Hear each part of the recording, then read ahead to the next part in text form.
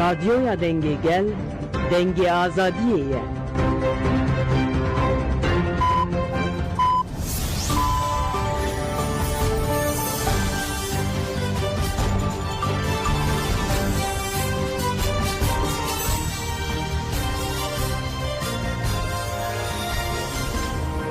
Jinavendanuçana Radyo Denge Gel'den başkodarin hece ir yazdı hecot me 2024 inili Brüksel'e saat 13'de lamede çağırdı emenuçe navaroje peşkeş bikinle peşi çenseruçe. Jibu ditinare berapo malbatan serledan keren.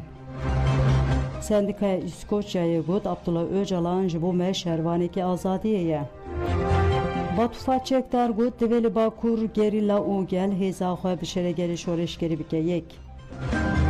Bu mitinga amede xabat ben haber devam dike banga beştari hat keren. Lidilu ku amede gerek kesatın ben çav keren. 19,000 kez Jülüblane ve Geriyane Rojavayı Kurdistan'ı.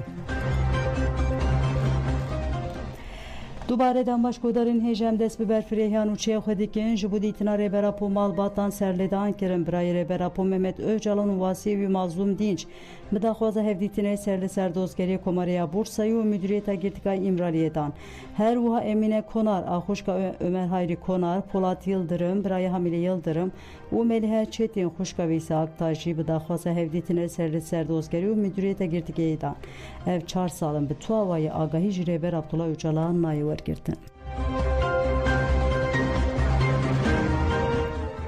Batufa çektar gut develi bakur gerila o gel heza bike şere gele şoreşkeri bike yek endama fermandariya biryargeha nabendiya yeja asari Batufa çektar tekidari berxodana gerilar revşa şera davi yal bakure Kurdistani jane feraxvi Batufa çektar bir dixay kure berapo veriya pencu du salanjı bakure Kurdistani dest be meşaxoya tekoşine kere o dibeje live dere gerlayan her çepereke ve goherandın eniyeke mezin aberxodane jiberve ki editi kesni kare liber berxodana gerilla bisekine Fermandara yeja astari dest şandike koşeri 8 salên davî ji bo dîroka têkoşînê qolaxeke cuda bû û dibêje şerê herî dijwar êvê pêvajiyê jî li Bakurê Kurdistanê pêk hat.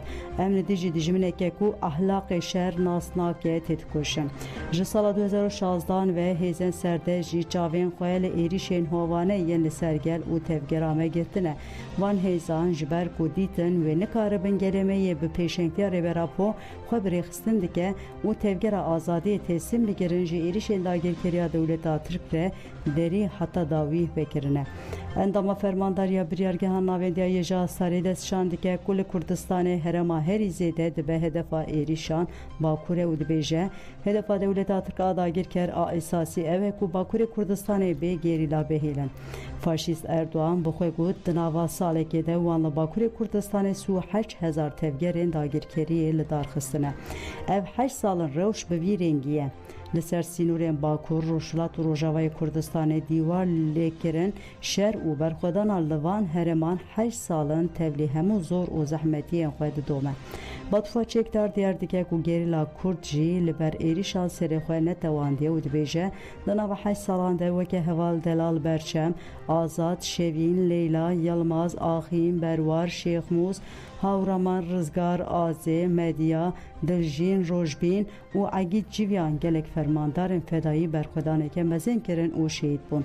Niha ji Dêrsî me heta Serhedê, ji Botanê heta Amedê, ji Xerza heta Erzurumê, ji Wanê heta Mêrdînê hên jî şerekî mezin tê kirin.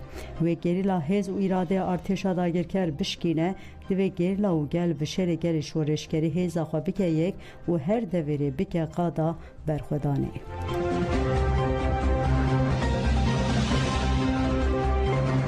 Sendikaya Tuz az Koçya ku xwedî 550,000 endamane got Abdullah Öcalan ji bo me şervanekî azadiyê ye. Li İskoçyayê Kongreyê Yekîtiya Sendikayan a İskoçyayê a xwedî 550,000 endaman ku ji 40 sendika û 20 konseyên sendikayan pêk tê ji bo azadiya rêberapo di nava hevdanan de ye. Bi pêngava ji rêberaporê azadî Kongreyê ji Wezîrê Karê Derveyê Brîtanyayê David Lamrê re nameyek şand.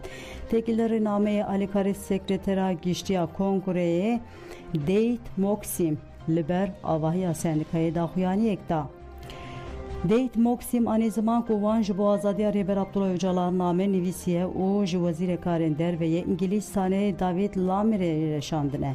Pêşengê karker û ketkarên Skoçyayê diyar kir ku Abdullah Öcalan ji bo wan şervanekî azadiyê got ew nûner û çavkaniya hêviya gelê xwe ye. David Mokhman xwest piştgiriyeke xurt ji bo pêngava azadiyê bêkirin û wiha got. Banga me ji bo hikûmeta Kraliyeta Yekgirtiyê ye. Divê hikûmeta İngiliz zextê li Tirkiyeyê bike û ji daxwaza azadiya Öcalan bike. Ji Sekreteriya Giştiya Stûkê Ross Forey nameyek ku ji Wezîrê Karên Derve David Lamrê re hatî şandîn îmze kir. Ross Foyer di nameyê de wiha xîtabî Wezîrê Karên Derve kir. Salên dirêj me fikarên xwe yên têkildarî zextên li Tirkiye, Iraq, İran û Sûriye yên li hemberî gelê Kurd anîne ziman û me ev bi Wezîrên Karên Derve yên berê re jî parvegiriye. Em bawer dikin ku doza Kurd li seranserê Tirkiye û herêmê ji bo aştî, demokrasî û mafê mirovan meseleyeke krîtîk e. Berdana Öcalan wê ji bo çareseriya meseleya Kurd bibe gaveke girîng û jiyanî.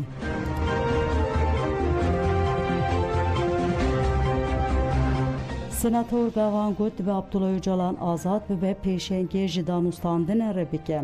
Ji dehê cotmeha 2023 ver ve ji bo mîsogerkirina azadiya fîzîkî ya Rêber Abdullah Öcalan û Statuya Gelê Kurd pêngava azadî ji Abdullah Öcalan re çareseriya siyasî ji pirsgirêkira Kurd re dewam dike.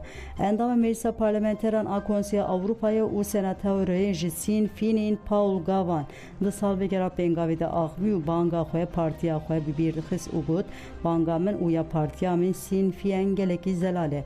Divê hikûmeta Tirk birêz Abdullah Öcalan de mi dest berde. Senator Paul Gavan diyar kir ku haya wan ji têcdagiran a li ser Rêber Abdullah Öcalan heye û destşan kir ku ji ber vê yekê divê azadiya wî ya fîzîkî mîsoger bibe. Gavan got her cara ku tevlî Meclisa Parlamenteran a Konseya Avrupayê dibin, dibînin ku jin û mêr ên Kurd radibin serpiyan, daxwaza azadiya birêz Abdullah Öcalan dikin û dixwazin ew bêberdan. Haya min ji îşkence û zilma li wî tê kirin heye. Senatör Paul Gavan destşan kir ku azadiya fîzîkî ya Rêber Abdullah Öcalan ji bo gelê Kurdistanê xwe di giringiyeke esasî ew got her wa zanim ku azadiya Abdullah Öcalan ji bo mîsogerkirina adalet û aştiya ji bo gelê Kurdistanê xwe di giringiyeke bingehîne. Ji ber vê jî banga min û ya partiya min Sinn Féin gelekî zelal e. Divê hikûmeta Tirkiye birêz Abdullah Öcalan de dest serbest berde. Divê destûrê bide wî ku karibe pêşengiyê ji aştî adalet û danûstandinê re bike, divê ev bank li cîhanê denk vede.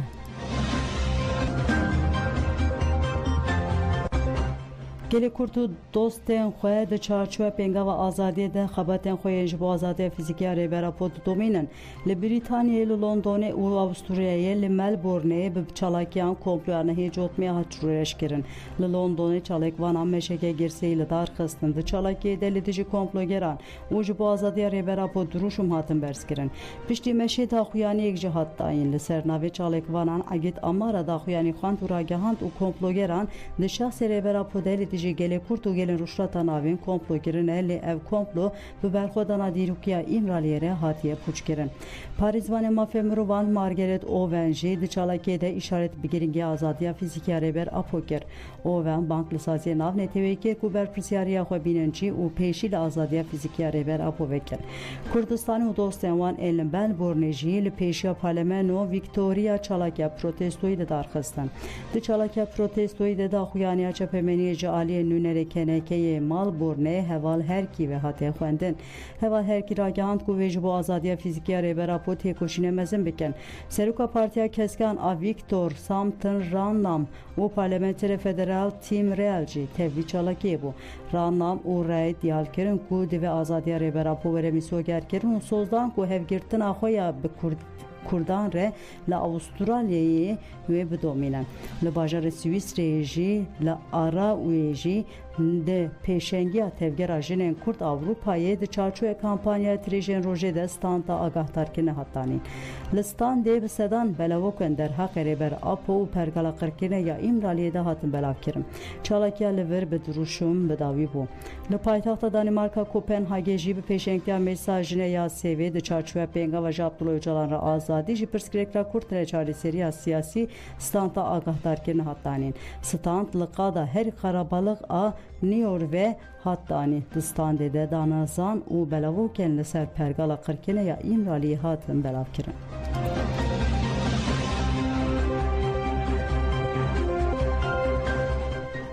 Ji Riha û Semsûrê ji bo mîtînga azadiyê bank hate kirin. Platforma Saziyên Demokratîk wê li Amedê di sêzeyê cotmeyê de bi duruşmaya emniyetê ji kompleyê berxwe didin ji bo azadiyê li Amedê tên gel hev mîtîng pêk bîne. Di mîtînga ku wê pêk bêde wê azadiya fîzîkî ya rêber Apo û rakirina têcîtê bêxwestin. Têpayîn ku mîtînga ku wê li qada îstasyonê Amedê saet 13 de pêk bê, Hevserûka Partiya Demokratîk a Hereman DPP Çîdem Kılıçgül Uçar, Hevserûkê Partiya Wekevî û Demokrasiya Gelan Dem Parti Tuncer Bakırhan û ji Bîroya Hukukaya Asrın Rezan Sarıca dê di mîtingê de biaxivin. Jinan ji bo mîtînga azadiya banga tevlîbûnê li hemû kesî kirin. Dayîk Ka Aştiye Aynur Yılmaz wiha got li serî de dayîk û divê gelê me wê roj li wir bibin. Mîtînga me ji bo girtiyan tê kirin, li dijî têcîtê tê kirin. Divê dayîkên Tirk, Kurd û Arab hemû kes li wir bin. Ya dikeve ser milê me dayîkan divê em dawî li vê şerî bînin. Êdî bese divê têcît bi dawî bibe. Divê têcîta li ser rêber Abdullah Öcalan bi dawî bibe. Ez hemû kesî ve dixwînim mîtînga Amedê. Hevserûka Partiya Herêmên Demokratîk DPP ya Semsûrê Sabahat Korkmaz jî diyar kir ku hemû kes dibin têcîtê de. Tiştên em dijîn parçeyeke polîtikaya şerê jiyana me ya li konteyneran jî nîşaneya vê yekê ye. Revandina zarokan qetilkirina jinan parçeyek polîtika têcîtê ye. Civak hatiye aztek wisa ku mirov ditirsin derkevin derve jî. Em nikarin zarokên xwe bişînin cihekî, bawerî bi kesî nemaye. Em têcîtê ji kurahî ve dijîn. Ez bank tevlîbûna mîtînga li Amedê li hemû kesî dikim. Dibe herkes wê rojê li wir be, têcît ne pirsgirêka yek kesî ye ya hemû kesî ye.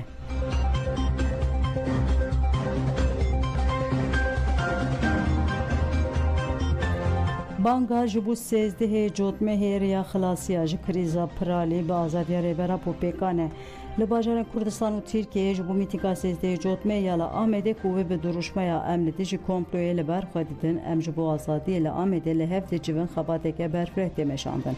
Endamê Lijneya Rêveber MYK a Partiya Herêmên Demokratîk DPP Murat Kılıç balkişan sergiringiya mîtingê û banga tevlîbûnê li her kesî kir.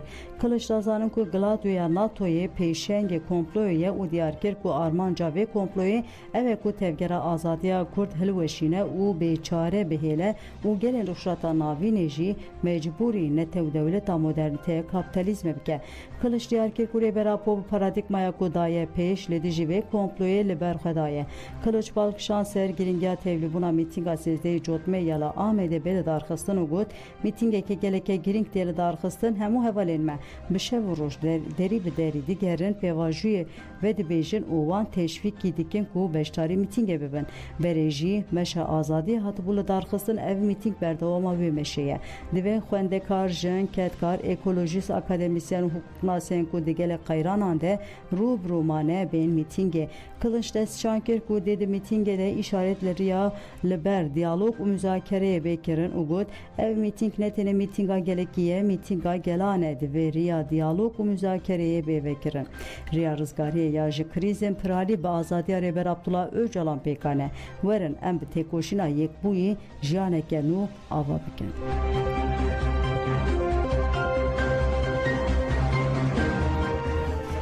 TJKF ji bo azadiya rêbera Powerin em دوازده و سیزده جوتمه دا کevin قادان تevgera jinên Kurta Fransayê TJKF bi bonê komployanê cotmeyê da xuyaneke nivîskê da û têkildarî plansaziya çalakiyan agahî da.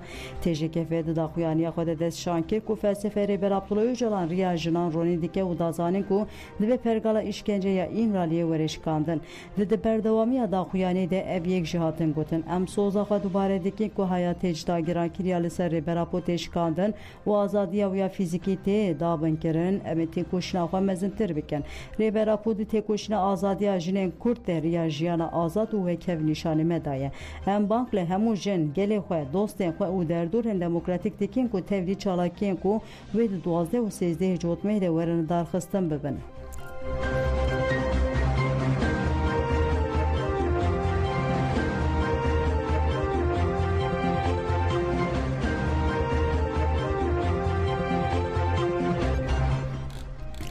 دیری شال شهبایی دسته اندام تفدمه شهید بون تفگر جواکا دموکراتیک تفدم به داخویانه که راگاند که دولت آتر دنه جوتمه ده ایریش شهبایی که روسه اندام انوان شهید بون تفدمه گود فاشیزماتر پیشنگتی AKP MHP بویه مترسینیا هرمه او توایا جیهانه لنبری گرلاین آزادی تک جویا لورا به جداهی لسرانسری کردستان با کروشات سوریه ایریشیجن سیویل چالکوان بنسازی و همون نرخ و دستکفتین گلی کردکه هری داوی بالافرین شرین ارتشا ترکادا گرکر ایریش افرینه کرن و سی چالکوانه کو تکوشین آجبو آواکر نجواکه که دموکراتیک و که و لسر بنگه براتیا گلان خباتی کرن شهید کرن Reheval Zelal Afrin, Reheval Mazlum Antap û Alav Murad di nava şoreşa Rojavayê Kurdistanê de bi hemû hêza xwe di tevaya qadan de xebatane meşandin û li seranserê Bakur rûşatê Sûriyê bênaber ji bo azadiya gel civaka demokratîk azadiya jin li eniya herî pêş têkoşîn kirine.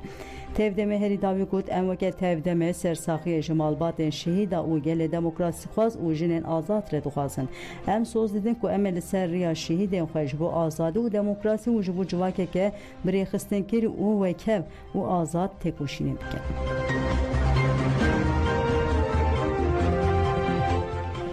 Di çalakiya HRE'ye de dagirkerek hat kuştin çalakiyên hêzên rizgariya Afrinê HRE'ye li dijî artêşa Tirka dagirker û çeteyên wê dewam dike HRE'ye bi nivîskî daxuyan ku pêncê cotmeyê yekîniyên tîma şehîd avêsta yên hêzên wan li xeta eyn daqinê ya navçeya Şerrawaya Afrinê çalakiyeke suîkastê kirine.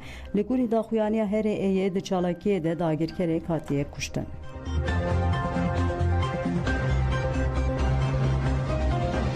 Makeli Amede fotokopan imhaker û li sertêjî pankart bidar vekir makê derbarê çalakiyan de ev agayî par vekirin. Hêzên me nihêcotmê li navçeya Amed Hazroyê dijî alevên teknîkî yên dagirkeran çalakiyê kirdarxistine. Yekemîn kamerê û panelê tavê ya enerjiyê dide. Li yek sensorek hestiyar li ser tevgerê sîm kart û kabloyên wan ên veguhestina enerjiyê hatine imha kirin. Li navên da Sêrtê jî li dijî komployê çalakiya daliqandina pankartan pêk hatiye. Mîrîsan bi nivîsên me komploya nihêcotmeyê ji bîr nekir bijî serok Apo daliqandin. Li ku Amedê gelek hesatin bin çavkirin hevserokê navçeya Mezmaxor ê Partiya Wekevî û Demokrasî ya Gelan de Partiya Mustafa Tunç hevserokê Partiya Herêmên Demokratîk DPP'yê dîlokê Mehmet Özkan û hevserokê navçeya Mezmaxor ê DPP Müslüm Denizhan hatin bin çavkirin. Hat zanin ku Tunç, Özkan û Denizhan birine şaxa temeya dîlokê. Her wiha li Amedê jî di saetên serî sibê de bi ser gelek malan de hatiye girtin û gelek kes hatine bin çavkirin. Navên hin kesên hatine به چاوکرین و هانه اندام لیجنره و بریا کوملیا روزنامه‌وان آدیج de Fırat'e DFG و روزنامه‌وان سرهلدان آندان باران baymış Murat Kayaş hazanin ku hejmara bin çavkiriyan zedetire.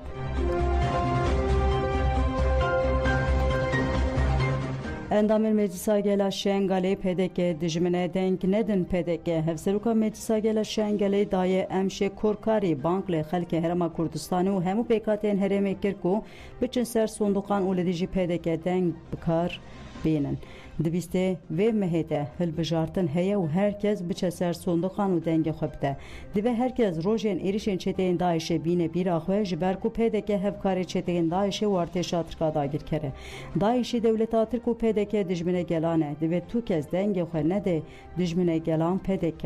Endama Meclisa gela Şengalê Xêro Şengalî jî diyar kir ku mala Barzanî tenê ji bo xwe kar dikin û got dibe hemû gelê Kurd û xelkê li Herêma Kurdistanê dema çûn ser sonduqên hilbijartinê dengê xwe bidin kesên bi namus û xîret. PDK nîvê axa Başûrê Kurdistanê Radîst Dewleta Tirka dagirker kiriye. Mala Barzanî dijminê gelê Kurd in. Malbata Barzanî zilmê li pêşmergeyan jî dike û bi mehan mûçeyê wan nade. Bi sedan gundên Başûr vala kirine. Gerîla kareke pîroz dikin li mala Barzanî dijî wan şer dike. Divê em bi vê hilbijartinê piştgiriyeke bidin hevalên gerîla û li gel wan bisekinin. Divê tu êzîdiyek tu mirovên xwedî wîjdan û bi romet dengê xwe nede PDK.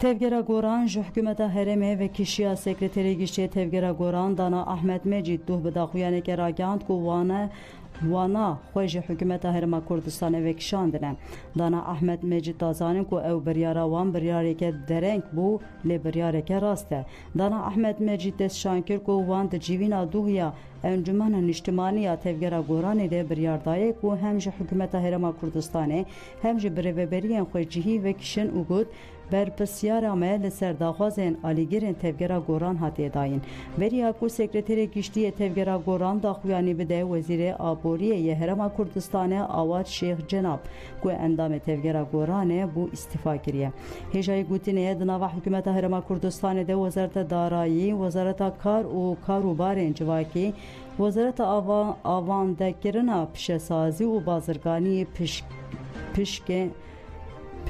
پشگیری تفگرا گورانه نه هر وا پشکا تفگرا گورانه د پست الیکار سروک هرما کردستان ده جی هيا والیتیا سلیمانی جی د دست تفگرا گوران ده او والی سلیمانی دکتر حوال ابوبکر اندام تفگرا گورانه لالیدن پشت دا خویانی دانا احمد مجید برپرسی اوفیس روزنامه‌گری ی وزارت آبوری یا هرما کردستان ریباز عباس پیام که بلافگر و راگهاند کو وزیر آبوری ی حکومت هرما کردستان آواد شیخ جناب استفا کریه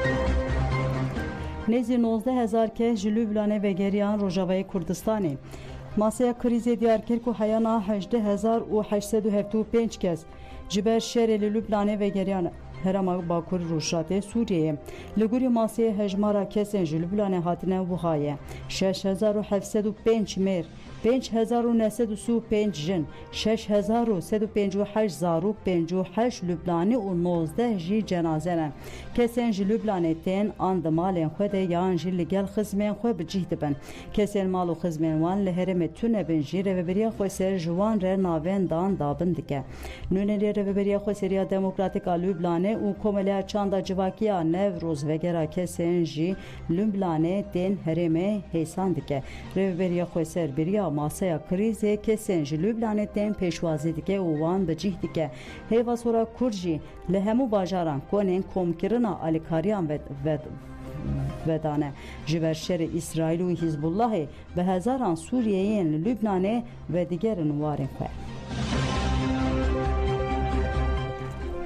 Bele godan jemen nûçeyên nîvroj pêşkêş kirin ji bo godarkirina we spes dem baş